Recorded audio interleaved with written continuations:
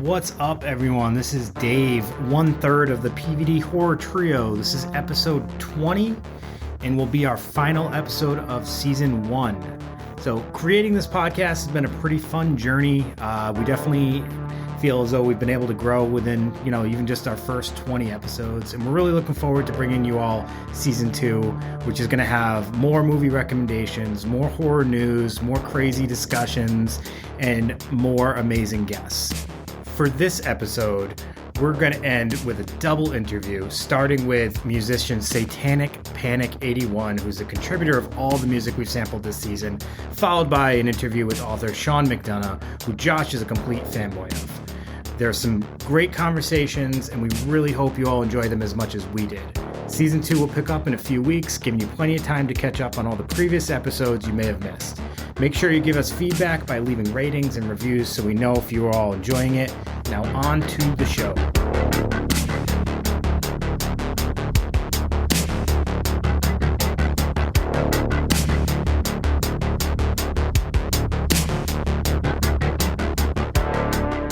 Hey, what's up, everybody? This is Dave, and we are here today with a special guest. We are here with Satanic Panic 81, aka Brian. Brian, thanks for joining us today, man. Oh, thank you so much, guys. Appreciate it. No problem. So this is kind of a special moment for us. This is going to mark the end of our podcast season. So why this is special is Brian's music has been very much a part of this podcast throughout the whole season. And, we've talked about this, and especially in our earlier episodes, the intro music, the outro music, and sometimes the music in between. It's all from Brian's album, Mara, which you guys can find. Brian, where does everyone find it other than like Spotify and iTunes, everywhere else? Yeah, I'm on Bandcamp, and my website is satanicpanic81.com. Awesome. So, Brian, I know it's been awesome for us to be able to sample this music. We had connected, before we started the podcast, and as soon as I heard it, I was like, this I think really kind of captures the vibe we're going for. It's a little bit 80s, got some synth in there, but it's dark, and that kind of like captures everything we love about the horror genre. So I don't know, do you want to just talk about the project a little bit, the Satanic Panic 81 project, and kind of, how you came up with it and like what you're going for with it? So it started out, it was actually a 2-piece. It was me and my friend Bruce. He and I had played together many, many years before in a political hardcore band, but I wouldn't really call it political because I was the only political person. Everybody else was just wanting to play heavy music. Semi-political. Right. So it was like, 20% of that band was political. Just like most bands when you're early 20s, they're it ends. And but we stayed friends, and we were actually doing a horror podcast at the time called Blood, Guts, and Blu-ray, and he was telling me that you should get like a MIDI synthesizer, and we could like write songs together. And I was like, yeah, okay. And so I bought this like dinky little thing from Guitar Center, and I just messed around, and I was having fun with it. We put what I considered to be like a decent demo together, not knowing how to use the software or anything. It was just like, hit record and try to get the best sounds and whatever. And so we put this demo together. I sent it out to a couple like directors that I knew, mainly a guy named Dustin Ferguson, who I don't think he's done any trauma movies, but he's done movies that look like trauma movies. And I was like, hey, what do you think of this? And he's like, this is really great. You should do more of this. And so I did. He used one of those songs on a fake trailer. And then we did a couple more songs for another director named Brad Twigg, who does these really, really raunchy, disgusting films. That's basically it. So we did a couple of his short films, and I was like, okay, well, maybe we should do an album now. And we did this album called The Sacrifice Hunter. When we were talking about like, well, what's this album going to be about? Because there's no vocals, so you have to do it like visually, and you have to have like a feeling for it. And I was like, well, most directors, when they start making movies, they start with a slasher because it's like easy. So maybe we should just do a slasher and try to make it as like twisted as possible. So it's about this guy who kills people, and all the people that he kills, he thinks are going to be slaves for him in the afterlife. And we it was actually cool because our friend Larry Dwyer, he screens like double features over in Derby, Connecticut. I asked him to do like a spoken word part in the beginning, and he did that, and it was really rad. And like the hardcore pedigree, and like me and Bruce are really into hardcore. So Larry was in Hatebreed, and that's like a big deal to us. So to get him to do that was like really cool. And then after that, we didn't put it on. We put it on a cassette, and we made the packaging as cool as like what we thought would be cool. We wanted it to look like an old VHS tape, because I collect VHS tapes and shit. And it sold really good. It was like I've done a bunch of musical projects, and the project where I committed the least amount of money to was the one that did good, which was insane to me. And like, I was like, it was so weird because like I put it up, and then like a bunch of them sold in like these European countries that I never thought I'd ever sell a piece of my music in, and I was just thrilled by it. We're on the second pressing of that now. And then Bruce and I parted ways because creatively we just couldn't come together. And so I had started writing some things, and I just decided to keep moving forward with it. And that's where Mara takes over. And the thing with that was, it was a really long process, and putting it together and everything was crazy. It was hard because I was doing everything myself. I upgraded my instrumentation. I used a lot of different synthesizers on this. I asked friends to play like live instrumentation on this, which was cool. Then I tried to mix and master it myself, and then consequently almost drank myself to death because it's horrible to mix and master. And then I sent it over to my buddy, and now it's out. I'm super proud of it, and I wish the pandemic wasn't happening because I could be doing events to help sell this thing. It's very difficult to be sitting here and looking at all these records and being like, shit, how am I going to move these now? That is disappointing, and that would be awesome to be able to see that happen. However, you're like a celebrity in my eyes, because I saw you on in Rue Morgue. They did a review of your album, and I'm like, you made it, man. You're in Rue Morgue. To me, that's making it. So that was pretty cool. Oh, thanks. I think you and I talked about that, where I was like, oh man, that guy, he got bagged on my record. Like, I was a little sad about it. It's funny though, because like you could read it that way, but I also read like the silver lining was like, the dude was like, he basically was saying like he can't wait to see what you're going to do next. And I took that as like a compliment. So that, to me, that was like the more important part of what he said. I think the skulls didn't match the review. I felt like.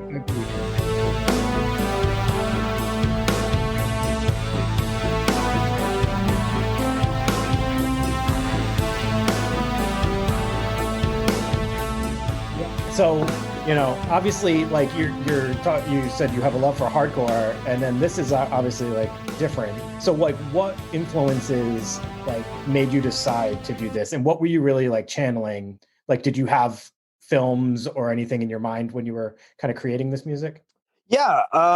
So with Mara, I wanted to make, because we're living in a really interesting moment in like where we are. This in the socio-political, I don't like to use the word realm, but I can't think of a better one, because the social upheaval that we're going through is something that I'm very cognizant of. I'm the father of a beautiful 6-year-old daughter, and so to me it's like I want her to be able to have heroes and things, and so I wanted to make a female hero. When I originally did it, I basically was like, I want to do the Crow, but I want the Crow to be female. So it's kind of like Tank Girl. See, there's a lot of limitations with doing these kinds of albums. You don't want to put too much description, but at the same time, like, you don't want to like under describe it either. Basically, the story behind this album is that this girl, her boyfriend gets killed, and she goes on goes on revenge killing all these cops, because it was the cops that killed her. That explains the titles. I am totally following now. I'm not a big fan of Police, as you could probably tell from the album, the song titles. Yeah. And so, and around that time was when, I think this is before George Floyd, but there was like, and it sucks. I feel like a piece of shit for not remembering everyone's name, but the problem is that there's so fucking many African Americans that are killed by cops all the time. Mm-hmm. And so I didn't want to come off like grandstanding, but originally it was because the boyfriend was killed because of, it was a race thing, but I didn't want to come off like I was grandstanding. And I felt weird doing that. And I was reluctant to make that a big part of it because, to be fair, like, I'm a fucking like average white male. And I don't know that that's something that I should, I might have been biting off more than I could chew, because I'm trying to bite off Me Too stuff because I feel really strongly about that stuff. And I feel really strongly about racial equality and justice equality. But I didn't want to do both. I just felt like if I was doing both, it was going to be a failure and I would be, grandstanding. So I didn't do that. However, I kept this like track titles like Dead Pigs and stuff because I felt like that was the right thing to do.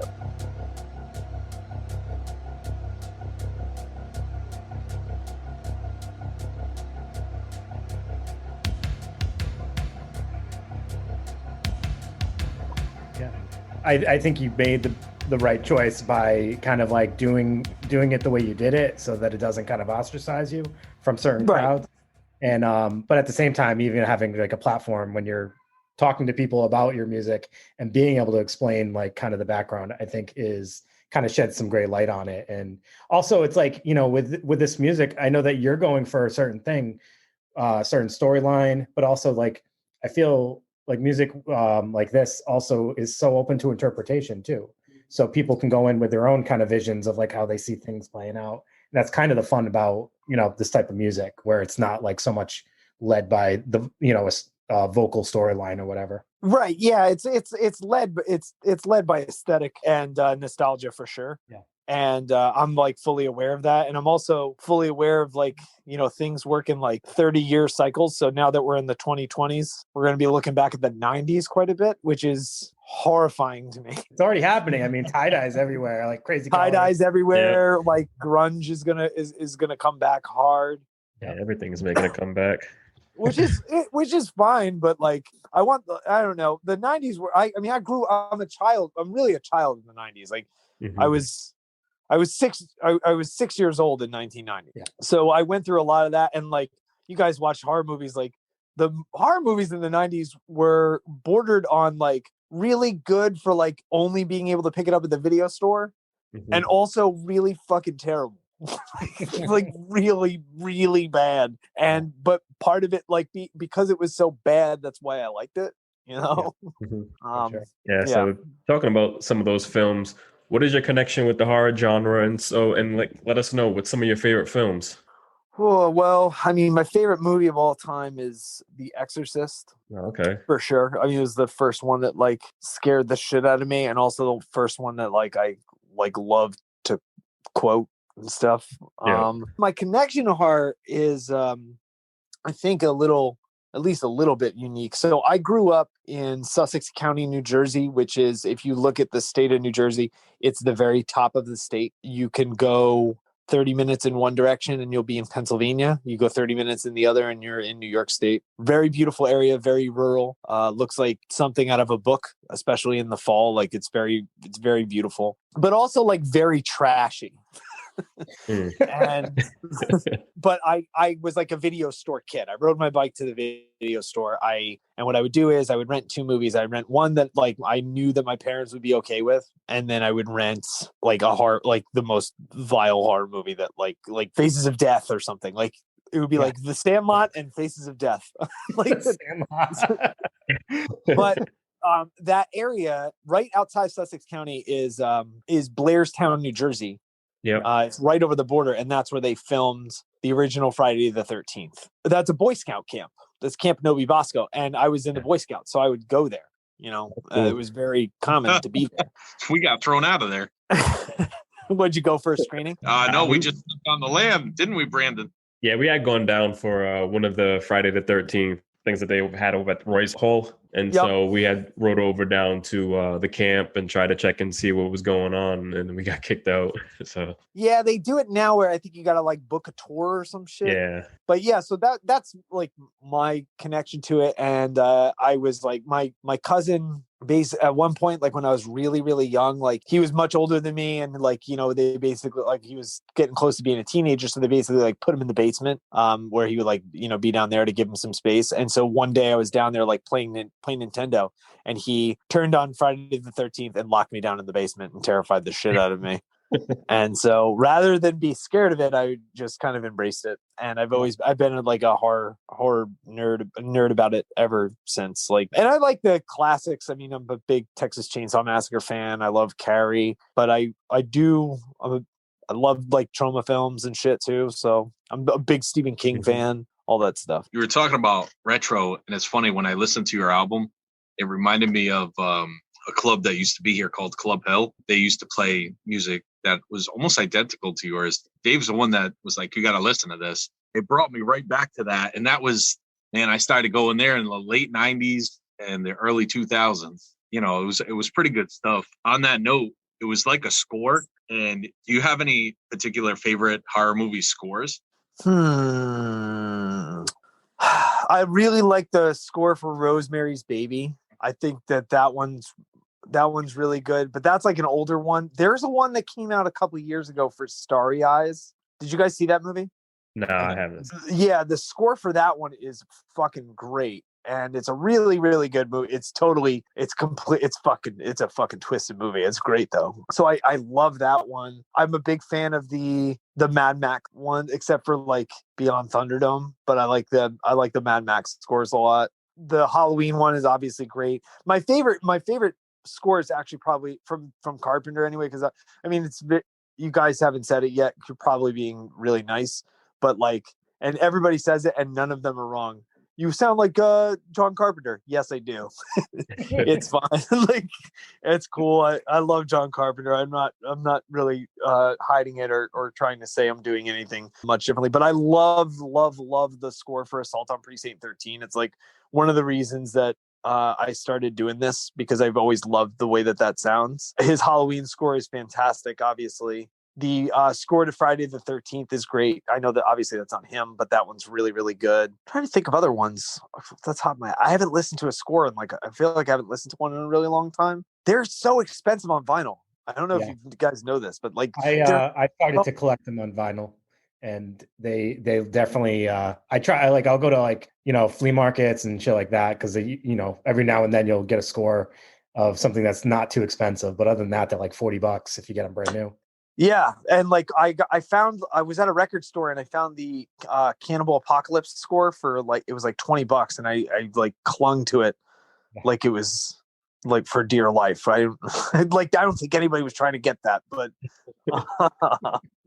it's funny too. I mentioned Mad Max before. I bought that deluxe reissue of the first 3 Mad Max films. When quarantine first started, I was downstairs with my daughter, and I had it on in the background, and I was like coloring with her. And then I put on, and my wife was doing schoolwork, and she came downstairs right as I put on the Beyond Thunderdome one, and she's like, "When the fuck did we start listening to Tina Turner? When did that happen?" So yeah, there's a big shift in feel in those movies by the time you get to the third one. It's not so good.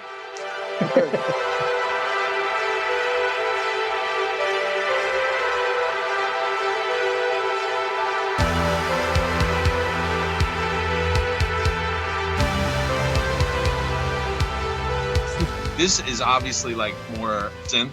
And then hardcore is totally different. I used to go to hardcore shows all the time when I was younger, and that's a whole different thing than synth. It is a world, yeah. Yeah, like synth was always big in like the goth and fetish clubs and stuff like that, and then the hardcore clubs were like down the street, and those guys they didn't mix really, or very rarely. So just talking to you now, I'm like, what are you, like a classic pianist too? No, man, if I was. No, but the way I kind of go about, I just like the shit that I like, and I used to kind of give a fuck about scene shit. Like I wouldn't want, when I was in fucking like high school and even the first couple of years, maybe first year or two of college, I was like, oh yeah, I only listen to hardcore. And like, meanwhile, I'm in the car singing Depeche Mode, like really loud. Yeah. Like, cause I love Depeche Mode. And then you just, I just matured to a point where I'm like, I'm just going to like the shit that I like. And I don't give a fuck who knows it. So it's like, I love goth stuff. I love synthwave and all that shit. But I also fucking love basketball. And those two worlds don't normally go together. You know what I mean? Like, you don't see Robert Smith on the fucking court at a Knicks game. Like, it just doesn't happen. Yeah. And if you did, he would. And if he did go to a basketball game, he wouldn't go see the Knicks. And I'm a fucking Knicks fan. So, oh Jesus, are you a Knicks fan? Born and bred.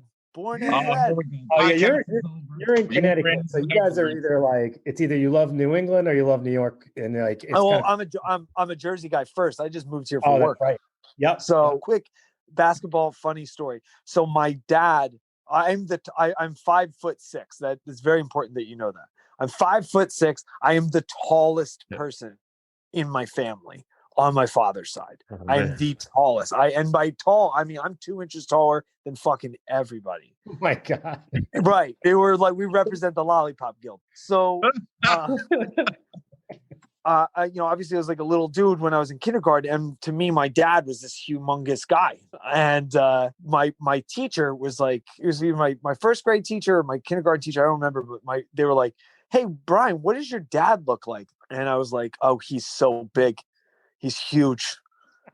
And like she had seen my mom before, but she's like, but she'd never seen my dad because my dad works all the time. And so she's like, "How big is he?" I'm like, "He's like Patrick Ewing big."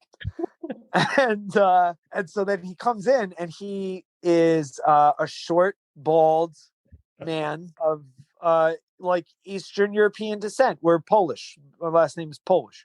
And so my teacher's like, where's Brian's dad? And he's like, "I'm right here. What? And she started laughing, and she's like, when I asked him what you look like, he said, "You're big like Patrick Ewing." And and he just started laughing. But yeah, so like what I'm getting at is that those two worlds, they don't really go together. You know what I mean? Like, but I didn't after a certain point, I just don't. You got one life to live. Hardcore was important to me because hardcore. The way I view the world, the way I see everything is through like that lens. I learned more about society through hardcore, and I learned about veganism through hardcore, and I learned about like environmental stuff, social justice and all these other things, these things that are important to me. I learned that through hardcore lyrics and hardcore shows. And I think that that's great. The true organics of the genre, that like, it's a bunch of people jumping on top of each other and screaming incoherently. And it's great. The underpinning of why it's so great. But I do like a little bit of melody every once in a while. And I love The Cure, and I love Depeche Mode, and I love the Smiths and all that other sort of stuff. So I have appreciation for it. Those worlds come together for me. I kind of weave in and out of them, and seamlessly, we'll listen to yesterday I was listening to American Football, which are like the emo-est emo band that you've ever emoed in your life. Yeah. And I felt fine about it. Yeah. It is what it is. I think we totally connect with this. I know myself in high school, I was, wearing Wu-Tang shirts everywhere, and then going to my car and playing. I'm a huge Cure fan, but I never would have admitted it to any of my friends. And like you, I'm a huge basketball fan, but at the same time, we're watching horror movies and just like, how does this make sense? I don't know. It's just who we are. So yeah, the world wants to put everybody in a box, and you just don't do that. The best way to live your best life is to not do that. Also, speaking of Wu-Tang, I have said on several times that Satanic Panic 81 is for the children. I have said that like 100 times. Absolutely. We all fit in that. I'm a big old school death and black metal fan. Oh, we can talk. We can fucking talk. I love that shit too. I figured you'd be into especially black metal because that's more like hardcore and black metal kind of. Well, the old black metal. Not. I listen to what passes for black metal now, and I'm like, what is this again? But old black metal and hardcore, a lot of the bands used to play together here. So Yeah, it was cool. But I'm a big ABBA fan, so Good for you. Yeah, me and my friends, we used to. Well, I don't hang out with any of them now; they're all dead. But we used to go to shows, and we'd be cranking the ABBA on the way to the show. So we'd be pulling up, everybody being live. We're like, dancing queen. So yeah, I totally get it, dude. Do what you love. I'm a huge like that fourth Foreigner album, the one with "Waiting for a Girl Like You" on it. That shit plays around here all the time. I love it. It's great. That doesn't normally go with like, and that is like, it's like diametrically opposed to what hardcore is. There's stuff I fucking hate. Like I hate Kiss. I talk about how much I hate Kiss all the time. I fucking hate Kiss. And they're awful. And they're like, I hate the Red Hot Chili Peppers. Oh, there's just barf. But I mean, there's no shortage of things I don't like. But I just don't think that like you can't really have a fun time just listening to like one thing. And also like especially with like going to hardcore shows and stuff, and not even hardcore shows. When I was growing up and like kids were putting on shows and I was one of those people putting on shows, there were a mix of genres because you could, you just tried to support every local band that you could. So you would have like a bunch of 15-year-olds with their fake ass mohawks. I'm not putting it down. I had a fake ass mohawk. And then like a dyed in the wool, like youth crewy type hardcore band, a fucking ska band, a fucking emo band, a psychobilly band. That's all on one bill. And so you just kind of learn to like the genres end up like crossing a little bit. And with the psychobilly is part of the reason that I got into like the Smiths, because I honestly thought that the dude from Tiger Army sounded like Morrissey a little bit. And I was like, oh, I think I could dig this. And then I ended up becoming a huge Smiths fan. So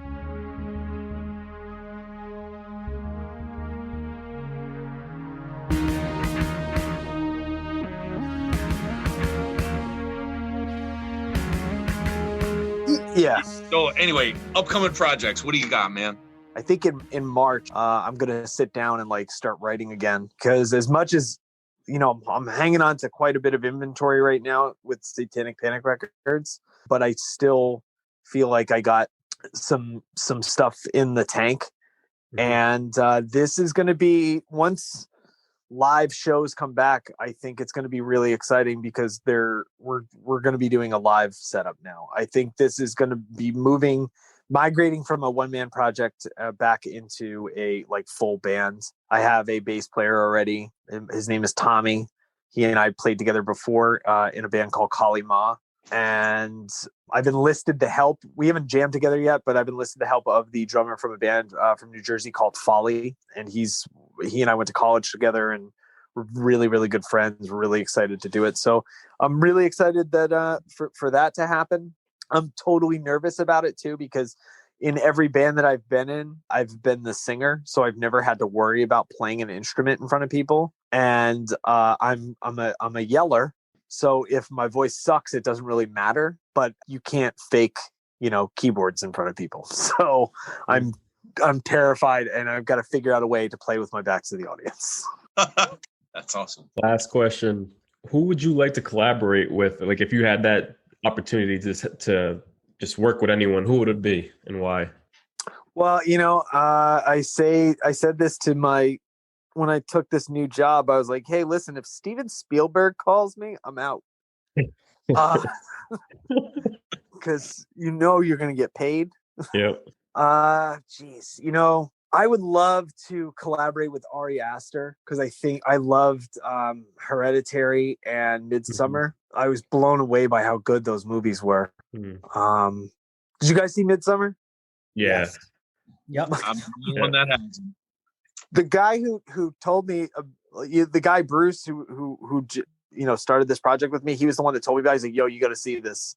And then I watched it like a week or so later, and then I'm not going to give it away to anybody listening, but I was like, I texted him. I was like, yo, I watched it. He's like, what'd you think? I'm like, oh, he missed The Rock. I felt bad. Poor guy. But I would love to collaborate with him. If I don't know how to say his last name, but Frank Henenlotter, the one that did like yep, Frankenhooker and Basket Case. I would love to work with him because I feel like that's like my wheelhouse. And brain damage too, right? Yeah. Yes. Yeah. I would remove a human being from this earth to work with Mike Flanagan. I think they, as far as like horror movies go and stuff, like that guy is like a national treasure. Every movie that he's done, I've really enjoyed. Even the one he did with Kate Bosworth that like took forever to come out. I thought that one was like cool. I thought it was a cool movie. I thought it looked really good and it just really impresses me visually and the way that he can, pull a story together. And I would just love to be a part of that. I did a film that should be coming out soon called The Dead Girl in Apartment 3. And I'm like kind of working out a way to get the soundtrack for the score for that released. And the director's name is Curtis Spieler. And it was the first like feature length film that I did where somebody actually paid me to do it. And the process for that was great because he kind of told me through text message what he was going for. And, I sent him a couple tracks. And then when we finally he's like, okay, this is it. And that was for like the title track. Once we got there, the rest of it was like a cakewalk. I had a great time doing it, just like watching the film and trying to like capture the mood that I thought he was trying to capture. And I'm really, really happy with how it came out. The movie, when it comes out, it's very, very scary. And it's cool too, because it's like full circle for me because the Adrienne King from Friday the 13th is in it. And cool. And she plays a cop in it. And I just thought that was really cool because it's like, full circle. I, grew up worshiping the Friday the 13th movies. I'm from the area. And here I am. So my first film is scoring a movie that she's in. So that was really, really cool. Also, I will totally do, what's those, the Art the Clown movies? You know which ones I'm talking about? Yeah, Terrifier. Yeah, I would do any Terrifier type shit. Like, I'll do it. I'll pay them like that. We're currently awaiting for Terrifier 2 to come out hopefully this year.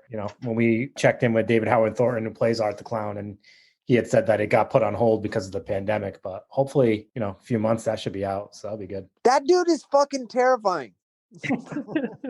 For real. Like the part where he cuts up and he puts on the woman's like body, what part I'm talking about?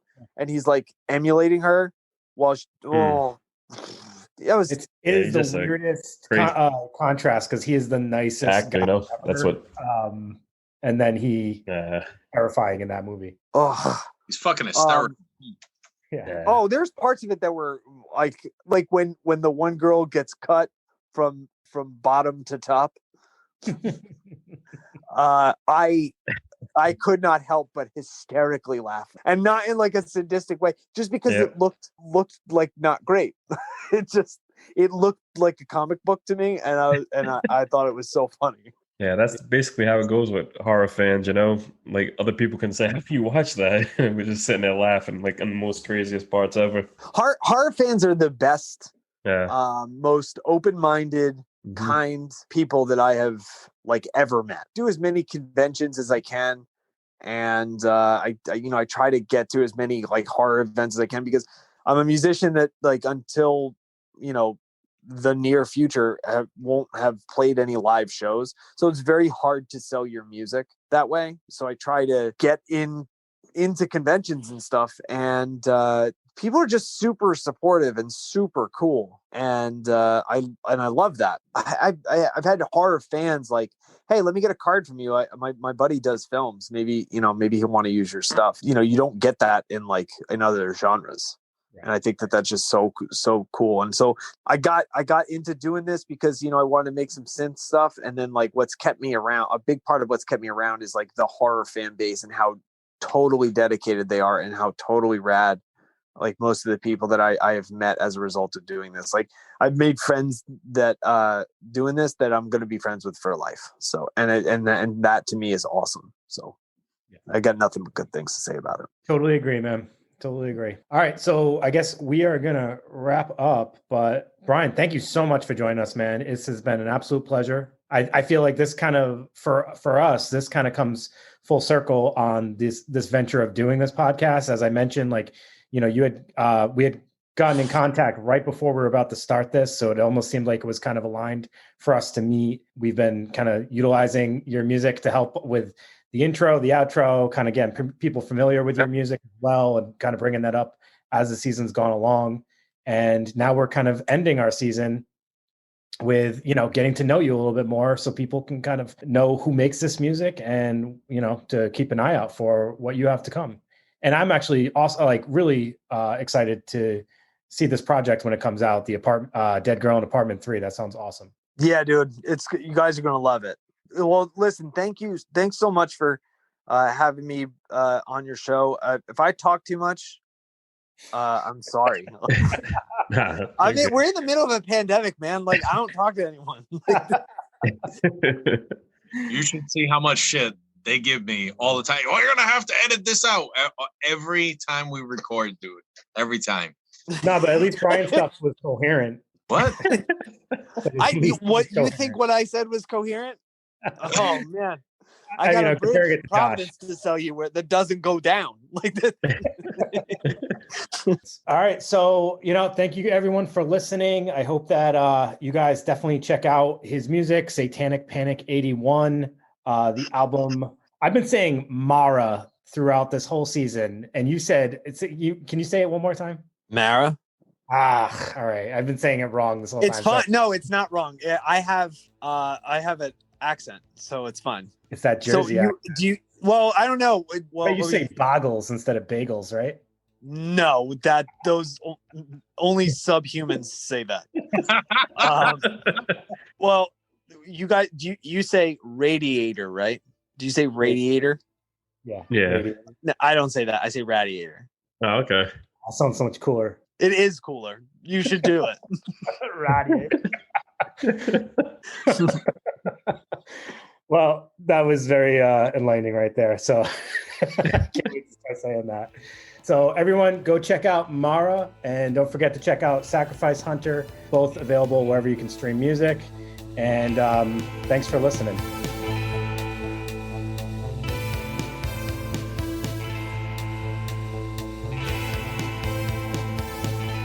All right, ladies and gentlemen, this is the big moment for me. One of my favorite writers here on the show, writer of Beverly Kills, Terror at Turtle Shell Mountain, Rock and Roll Death Trip, the one and only Sean McDonough. How you doing, guys? Hey, what's going on, man? What's up, man? Yeah, just doing the best I can. Thank you for joining us today.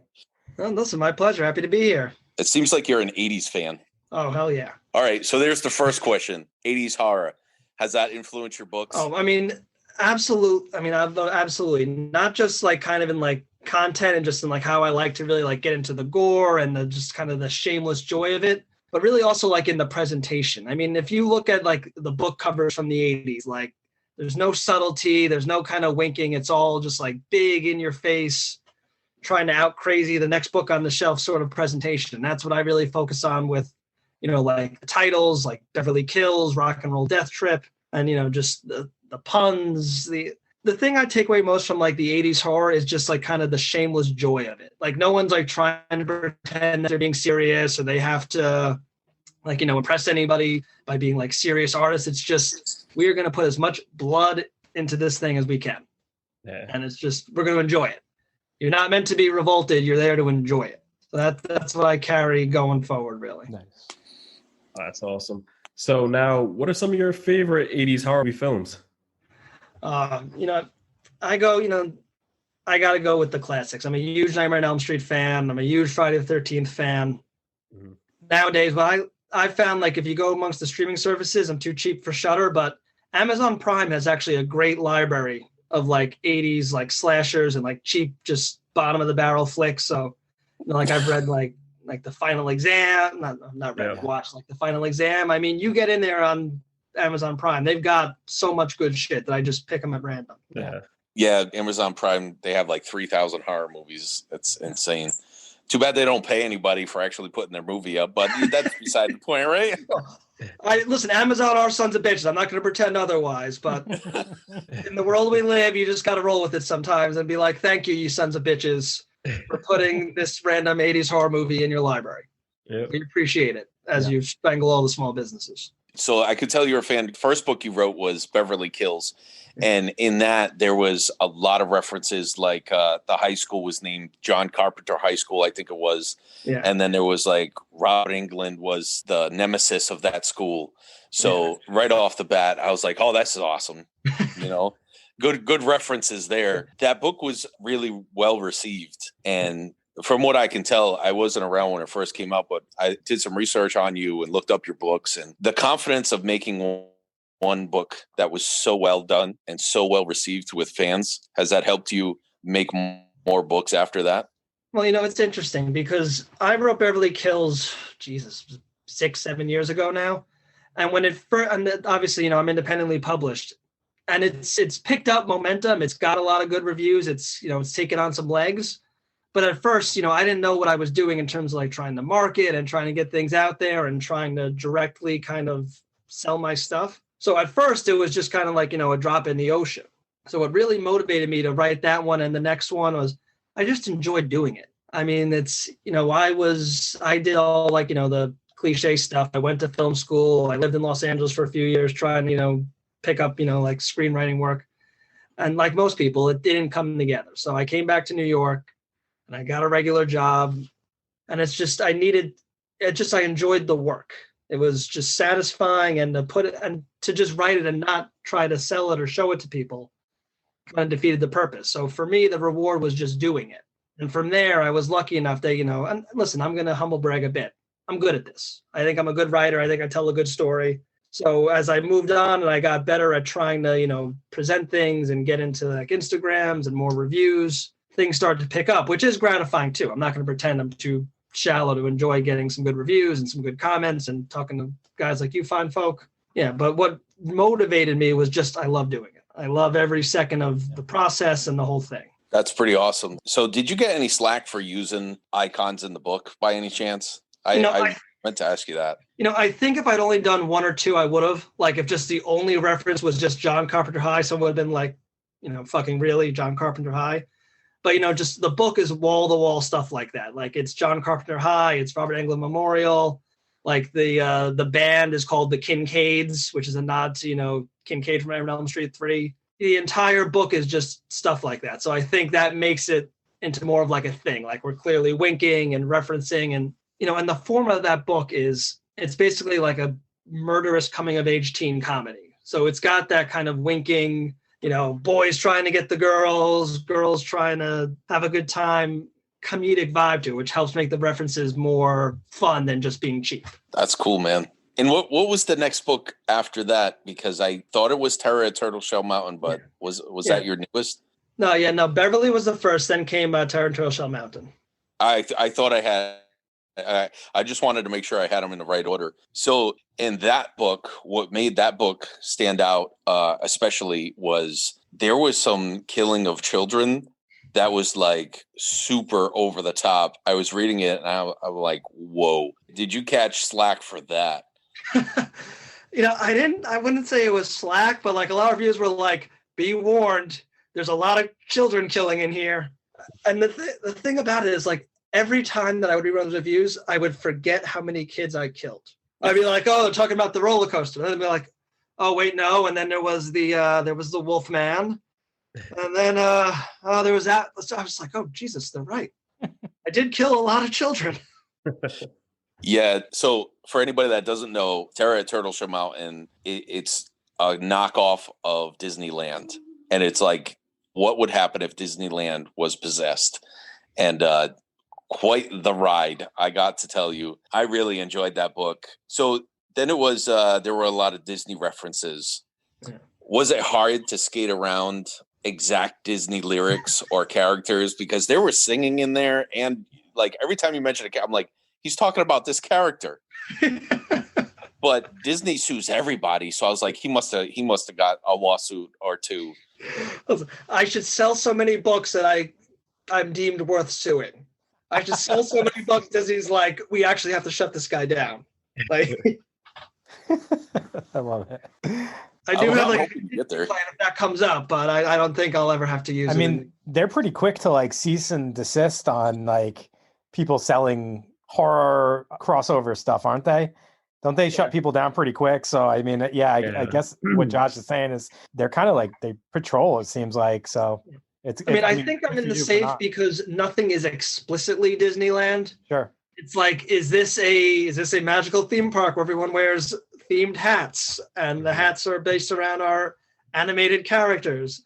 Like, yes, but is it explicitly a mouse? No, it's a turtle. So there you go. I think we're safe. Yeah. They're doing their best, but they have not yet put a trademark on whimsy. There you go. So how did you come up with that? Were you just in Disneyland with your kids and be like, you know what would make a really kick-ass book? Yeah, well, first I got to give credit to my wife, who's a huge Disney maniac. But it's an interesting how that book completely came together because there were so many different parts that I basically stripped off other things and put together to make this. I had first the idea of an evil Disneyland when I was like a senior in high school, and our senior trip was to Disney. And I had this thought at the time. The theory was, because I was 17, I was a fucking hack. The theory was the theme park was built on an Indian burial ground. So that's where the evil came from. And I got better ideas as I grew older in life. But that's where like some of like kind of the iconic images, like all the costume people carrying the axes first kind of got in my head. I didn't have a full story yet. So that just was like kept in a back drawer in my head. And then I started writing a completely different thing. And that was going to be like more of a slasher set of the lake. But that's where my main characters came from. The girl with the brain tumor, the guy who likes her, the couple that's where the girl's cheating on him. And the plot didn't come together, but I like those characters. So those two were just sitting in a drawer on the back of my head. And then I was at actual Disney with my wife. And they really have the single rider line where it's just, if you're not with people, you're the single rider, you can go in this line. And that term just kind of clicked in my head, like single rider is just kind of like a very ominous term when you think about it. So then I was like, that brought me all the way back to the Disney idea of an evil theme park. And then I had a great cast of characters lying around. I just kind of slapped them all together to make the Terror Turtle Shell Mountain. I have kids, so I could tell you heavily researched your Disney references. There were like legit songs that as I'm reading, I'm like, Hakuna Matata. So well done. Well done. Thank you. I just had to sneak that in. I'm not allowed to sing on this podcast anymore. So speaking of singing, I heard Motorhead, your favorite band, right? My favorite actual band is probably Alice Cooper, but Motorhead's high up there. Oh, yeah, dude. Favorite Cooper song? You know what? I'm going to go Hurricane Years, which is a little bit of a deep cut, but I just love that song. That's a good one. Listen, Feed My Frankenstein, Frankenstein 18. Oh, just so good. That's awesome. Favorite Motorhead song? Long term, it's probably, and this is kind of a weird one. I like the King of Kings song he did for Triple H back in the WWF. No, that's a good one. What I've been obsessed with for the last year is they did a cover of, David Bowie Heroes. That is so freaking good. They do a cover of Heroes. It's just fantastic. And I can't stop listening to it still. That's cool. I either heard on one of the podcasts you were on or something that you actually keep an ace of spades on you. Is that true? That is true. It was something I did when I was 19 and I thought it was cool because I was just 19 and an idiot. But, sometimes you do something and it becomes a thing. Like now it's been in my wallet for going on 15 years. I can't take it out now. It's my lucky thing. I keep a faded, crappy old ace of spades in my wallet. You know what? I have a Bruce Lee coin that I have had since I was like 3 years old, and it is still in my wallet. So there you go. Some things you just pick up and you can't put down. It just becomes, a thing. That's it. So that tied into Rock and Roll Death Trip. And in that book, there were north, south, east, and west were the monsters there, and they were a family, and they were all like were animals of some sort. And that was a really good book. Can you tell us more how you came up with those characters? Well, that one, I was, like I said, I was living in California for a few years. And Jackie Galindo's whole thing where he's just like, it's so fun just to go out and drive and, stay out and not know where you're going to go. That was literally something I would love to do in California. It's such a beautiful, I don't know if you guys have ever been. It's such a beautiful part of the country, and just the landscapes are so completely different. I mean, I would just pick a direction on the map and I would just drive and see where I wound up. So I wanted to kind of capture that in a book. And, that's what brought me to that basic plot of the story. And then in terms of what gave me the monsters, it felt like a very kind of like elemental story, like this guy just out in the desert trying to just, exist. So I wanted it to kind of be like these sort of primal elemental forces. So they're named after the compass points, and they're just, brutal were creatures. And, I like the road trip vibes. So they all have cars too. And that's where they came from. So here's another question on that book. I love the rock and roll lifestyle of like the whole book was pretty much rock and roll. But then at the end, I'm thinking, where are the rest of the relatives? So there was 4 of them, brothers and sisters. And I'm like, can't you make a spinoff with like their relatives coming back? I swear to God, it's funny you say that. I'll reveal it here. I'll put this out here for the first time in the world. If I ever did a sequel, it would be called Rock and Roll Death Trip European Tour, and it would be a different group in Europe facing similar kinds of creatures, like the distant awesome. Set of the family tree. Nice, good idea, dude. I'd love to see the Who throw down with some rare animals, hitting them with guitars and shit. That'd be awesome. So, with the influence of your '80s slashers, it really shows through in this book. Yeah, Class Reunion is literally a pure 80s slasher in book form. That was my goal with that one. Has anybody approached you for a film for this? No. I mean, I would love to. I mean, I really kind of have like all the ways in my head. You take like some of the little novel quirks and kind of streamline them onto film. I just need some money. You got some money? That's funny. COVID killed me this year. Listen to you, everybody, man. I mean, Jesus. The other thing, this book, as far as gore goes, I thought this book was a little more gory than the rest of the books. Was that done on purpose because it was a slasher film, or a slasher book, I should say, not a film?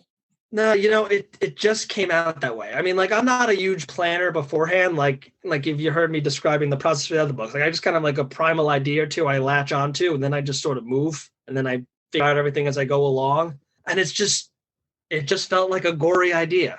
I obviously the whole point of the book is like, he's skinning them, then melting their skin to make paint, and he's collecting their blood in buckets. And I didn't even start with the painting idea. I was just like, well, he's gonna be taking their skin. Why? Not 100% sure yet, but I'm gonna figure it out. It felt bloody. It just felt like it had to be mean. I gotta say, the visual of her painting with all the skin and the colors of the skin, the visual, it actually, like, you can see it as you read it. And I got to say, it was probably one of the most disturbing things. And I was like, they got to make a film of this. You got to start reaching out to people with this. That was like, I read a lot, and I could tell you read a lot too. And as far as slashers go, this is probably one of the best slasher books that I have read. You know what I mean? And it's one of those books where it's like, how did no one make this yet? So not that I want to blow smoke up your ass. You're going to get off and be like, oh, your head's going to not even going to be able to fit through the door. I'm not trying to, but too late. I'm the greatest writer ever. It's done. You said it in there. You can't take it back now, Josh. You can't take it back.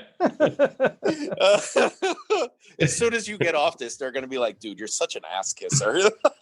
You're going to bust my balls forever.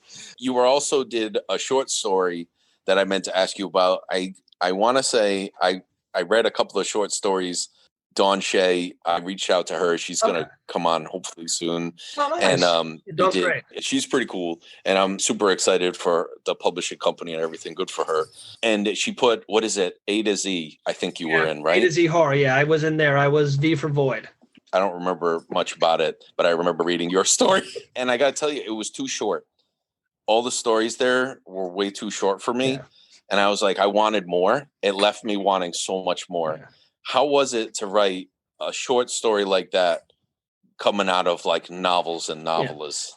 Yeah. Truthfully, I don't like writing short stories that much for that exact reason. Like, it's a format that I don't really writing, I think, to me mostly is rhythm. Like, you kind of pick up almost like a beat of a story and you just play it out.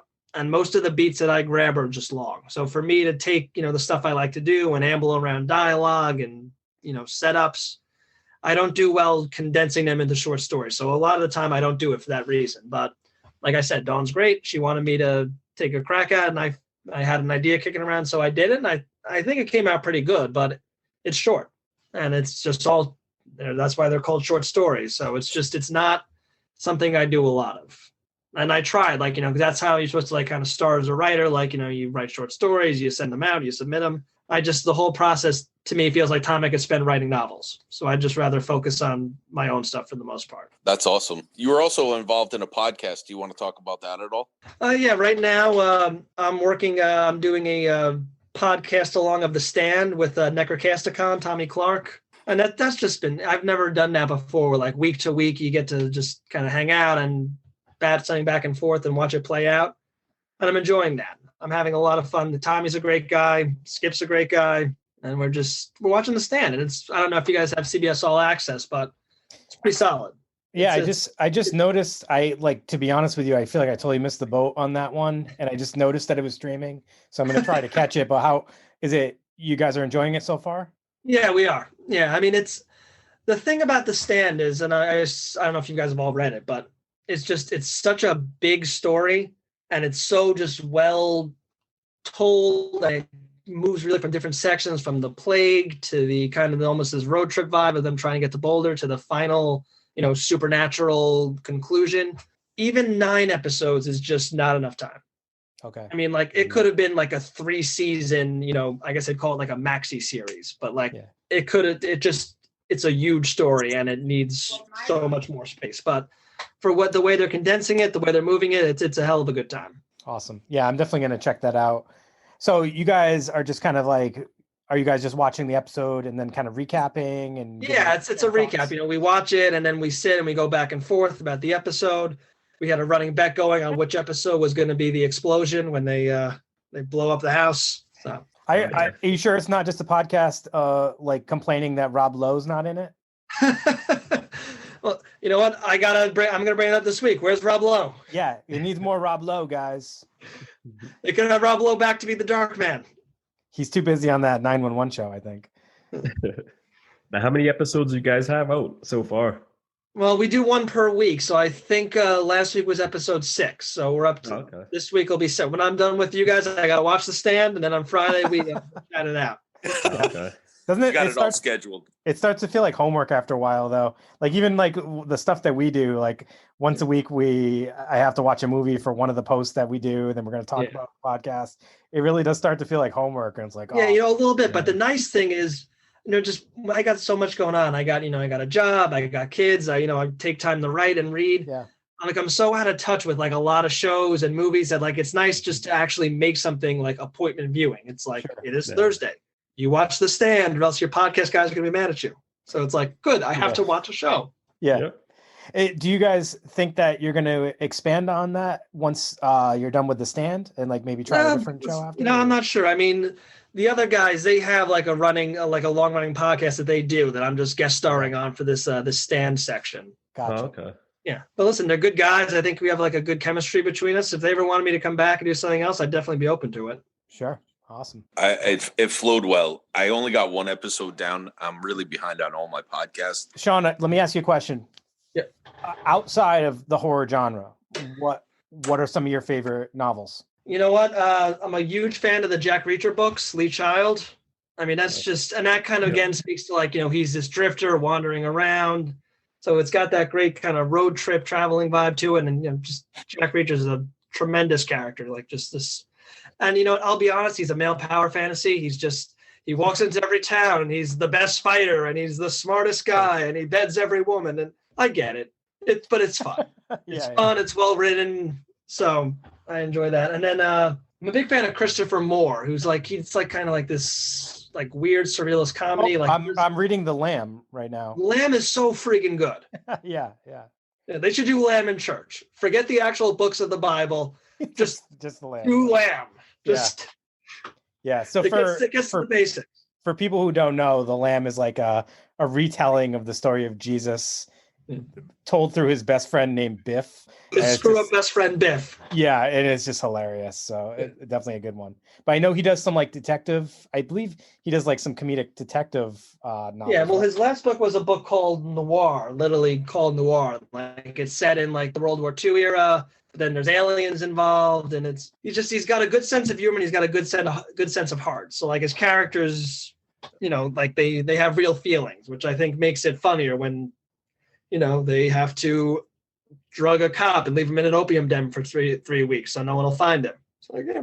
And there is some crossover with the horror genre too, because I know he did like I can't remember the title of it, but it's like there was a vampire novel. Yeah, there's the vampire book like You Suck, which I have not read, but he does a book called Dirty Job, which is about a guy who accidentally becomes, death. Okay, and that's fantastic. Like he gets this book that says, "So you've become death," and he's trying to. There you go, Josh. Put those down on your list. I've already read a bunch of those. Nice. Dirty Job. That's the one where he has a daughter, right? Right. Dude, that book was amazing. Yeah. That was I haven't gotten there's a sequel allegedly, but I haven't gotten the chance to read it yet. There is a sequel. I honestly didn't love it. It felt like he didn't have like enough to really, he didn't need to do it. Like there was not enough in that book to make it justified, but overall, listen, very good writer, fantastic writer. So can't recommend him enough. Sean, you had mentioned having a collection of graphic novels. Have you given any thought to maybe either doing a graphic novel or collaborating with someone on one? I mean, I'd be open to it. I mean, I have no ideas in my head, but if a writer, not a writer, if an artist approached me and like, I dug again, like I said, a lot of what I do is really just kind of like feeling based. So like if I saw like an artist who had a style I could kind of gravitate to, something would come up and I'd be like, this is the thing you and me could do. And I'd 100% get into that. Cool. That's awesome. So Sean, what pushes you to make a sequel?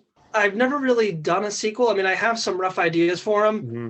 And if I could be, more down to earth for a minute. I mean, the honest answer is that I'm an independent author. I've gotten a lot of great, response, a lot of great fans. I feel like there's like a level of acclaim you need to really spend time writing sequels. Mm-hmm. Like if I wrote Beverly Kills Again, there'd be some very excited people because they really like the book, but it's still, a fairly small pool.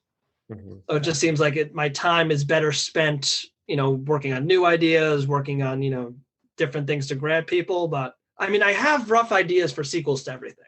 Like I have Beverly Kills Again. I have a different theme park where everything comes to life and goes on a killing spree. DreamWorks inspired, Evil Shrek, we'll say. And so there's ideas for everything. It's just if I only have so much time to work and only so much output I can do, I'd rather just be working with new stuff. Yeah. That's the thing. It's just like with films, like sometimes it's just like, all right, this sequel wasn't needed. Like you just said, like the sequel for the other book. So that's why I was kind of like trying to pick your brain. Like what would push you to try to create a sequel? It would really, I guess the answer would be like fan demand. If I woke up tomorrow and like 5,000 people had read Beverly Kills and were begging for Beverly Kills 2, I'd be like, okay, let's give the people what they want. Yeah. And for the record, they wouldn't be happy because Beverly Kills Again, and actually I know how it would end. And it's bleak. Well, lucky for you, after this podcast drops, that is definitely not going to happen. You heard it here. You heard it here, America. You're all going to read Beverly Kills, and then we're going to get Beverly Kills Again. So, it's interesting because I feel like we don't always want sequels, but it's cool to have them. Yeah. So like, once in a while, it's cool when there's a sequel to something. But I appreciate your take on like, you'd rather just spend time creating a new novel than trying to like focus on making a second that people might not even get to because they haven't necessarily read the first. So I can appreciate that for sure. So are you sure you don't want to turn Beverly into like Anita Blake and make like 30 books going forward? Oh God, if I did that, it would be like, you could. Beverly Kills at the nursing home. Just keep it going forever and ever. Beverly Kills a Vampire. I gotta be honest. I'm trying to get through the Anita Blake series, and that's why I bring it up. There's so many fucking books. I just remember those from back in like the days when Borders was a thing, and like you would go to the horror section and you'd be looking for like horror books, and it's just here's 4 fucking shelves of Anita Blake. Yep. What I want, guys. Yep. And it's still going for some reason. Like they're on book like 35. Yeah, that's going on like 20 years. Because like I said, I was talking about when Borders was a thing, and Borders ain't been a thing for a long time. Borders. You should just keep making them, and then 30 years down the line, somebody's gonna find book 30 and be like, "Oh, I gotta get all 30 now." It's a guaranteed cash cow. I mean, that's actually Like if I see like a book and I'm like, this is like one of, this is like book 7 of 19, I'm usually like, nope, not get into that. Yeah. Even if I like it, that means I'm locked in for 19 books. And I'm sorry, no thank you. Yeah, that's how I feel about a lot of books. Yeah. So, and the trilogies are a big thing. I'm glad you didn't write a trilogy. Thank you for that. I do not like reading trilogies. I feel like the middle book always sucks because they're just trying to support the beginning and the end, So I appreciate standalone stories is what I'm telling you. Yeah. Thank you for writing those. You're very welcome. Thank you so much for your books. Is there anything that you really want to talk about before we end everything? We end everything? Are you going to kill me now? You went to a place with that, man. No, What's your final words, Sean? This is your last interview, man. Anything you want to get off your chest, do it now. Any final requests? Josh, why are you so awkward about this? Thank you for having me on. Yeah, I'm off today. We were doing some recording before you came on, and I couldn't even remember like Vincent Price's name today. I don't know what's going on, but I'm so off today. I apologize. Hey, listen, this has been great. I had a good time. You got nothing to apologize for. Dude, I love you. You can come on anytime, all right? Well, listen, I'm working on another book, The 13 Black Cats of Edith Penn. When that one drops, I'll be back, if you'll have me. Yes, absolutely. Definitely. Absolutely, man. So, Sean McDonough, thank you so much for coming on. I greatly appreciate it. Your books are so awesome. Anybody who's listening, highly recommended, independent author. Support him all the way. Do you want to tell us where we can find you and your books? They're all available on Amazon, so you can just search, Sean McDonough, horror author for those. If you find them on Goodreads, the link is there too. And if you find my page on Facebook, Sean McDonough, horror author, and you message me, I'll sell them to you direct, cheaper than Amazon. I'll sign them. I'll do the whole thing. So that's the most fun way to do it, because then you do get my stupid little signature in there. That's cool. Sean McDonough, horror author on Facebook. Awesome. All right. Next book coming up is The 13 Black Cats of Edith Penn. That's going to be like a modern witchcraft story. So I'm very excited for that. Is there a date that's going to drop? Shooting for October. That's my process. It takes, I'm in like the second to last draft now, and I'll get that done. I'll send it out to the editor, get the cover artist going, and then late October is usually when I get them out. Cool, man. All right, Sean, thank you so much for coming on. It's so appreciated that you took the time to come on. And the books were awesome. So greatly appreciated from all of us. When your book does come out, feel free to reach out and come back on, please. No, absolutely. Listen, this was a blast. I'll come every week. You won't be able to get rid of me. Yes. No, we appreciate it, man. And thanks for tolerating us. Pleasure's all mine, guys. Take care. You too, man. All right. Later. Thanks, man. Take it easy.